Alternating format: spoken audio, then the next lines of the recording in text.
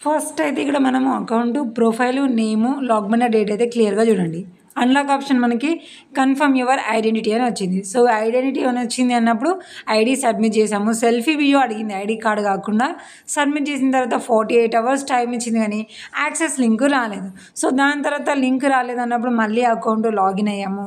ఎప్పుడైనా లాగిన్ అయిన తర్వాత ఇక్కడ మనకి అన్లాక్ ఆప్షన్ చేంజ్ అయిందా లేదా అని చూసుకున్న తర్వాత ఒక చిన్న స్మాల్ ట్రిక్ ట్రై చేసిన తర్వాత ఆన్ ది స్పాట్‌లోనే జస్ట్ ఎంతసేపు అంటే ఒక 30 మినిట్స్ టైం కూడా మనకు పట్టలేదు. ఇక్కడ లాగిన్ అయ్యి కన్ఫర్మ్ యువర్ ఐడెంటిటీ తర్వాత మనకి స్పాట్‌లోనే next step to unlock your account అంటే మనకి మిడిల్‌లో ఎలాంటి ఆప్షన్ లేదు. అంటే మనకి యాక్సెస్ లింక్ రాలేదు, గెట్ కోడ్ ఆప్షన్ రాలేదు, enter your date of birth ఇలా మిడిల్‌లో ఎలాంటి ఆప్షన్ లేకుండానే డైరెక్ట్‌గా మనకి next step to unlock your account అనే పేజీ వచ్చేసింది. అలా రావడమే కాకుండా ఇక్కడ నుంచి మనం అకౌంట్‌ని కూడా చాలా ఫుల్ సెక్యూర్‌గా ఉంచుకునే ఆప్షన్స్ కూడా వచ్చాయి. కొంతమందికి అకౌంట్ అన్లాక్ అయ్యేటప్పుడు ఇలా రిమూవ్ చేసుకునే ఆప్షన్ చూపించట్లేదు. కానీ దీనికి చూపించింది. మనకి ఏవేవైతే అవసరం లేవో అలాంటివన్నీ కూడా మనమైతే డిలీట్ చేసుకున్నాము. ఇక్కడ మనం వాటన్నిటిని కూడా సెలెక్ట్ చేసుకొని కన్ఫర్మ్ అనగానే మనకి కావాల్సిన డీటెయిల్స్ ఉంటాయి.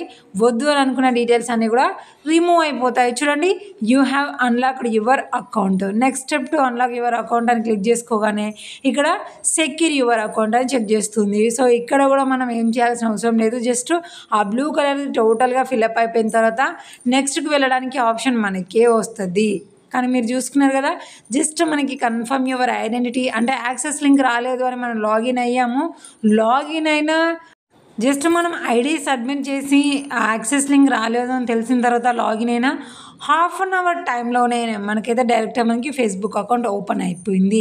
సో, ఆ క్లియర్ ప్రాసెస్ కూడా ఇప్పుడు మీరైతే స్క్రీన్ మీద చూస్తున్నారు. అంటే కన్ఫర్మ్గా మనకి ఓపెన్ అయిందా లేదా అనే క్లారిటీ అనేది మీరు చూడండి. స్టార్టింగ్ మనకి యాక్సెస్ లింక్ రాలేదు అన్న తర్వాత మనం లాగిన్ అయిన టైము అలాగే ఇక్కడ టైం అనేది మనం పర్ఫెక్ట్గా చూసుకోవచ్చు.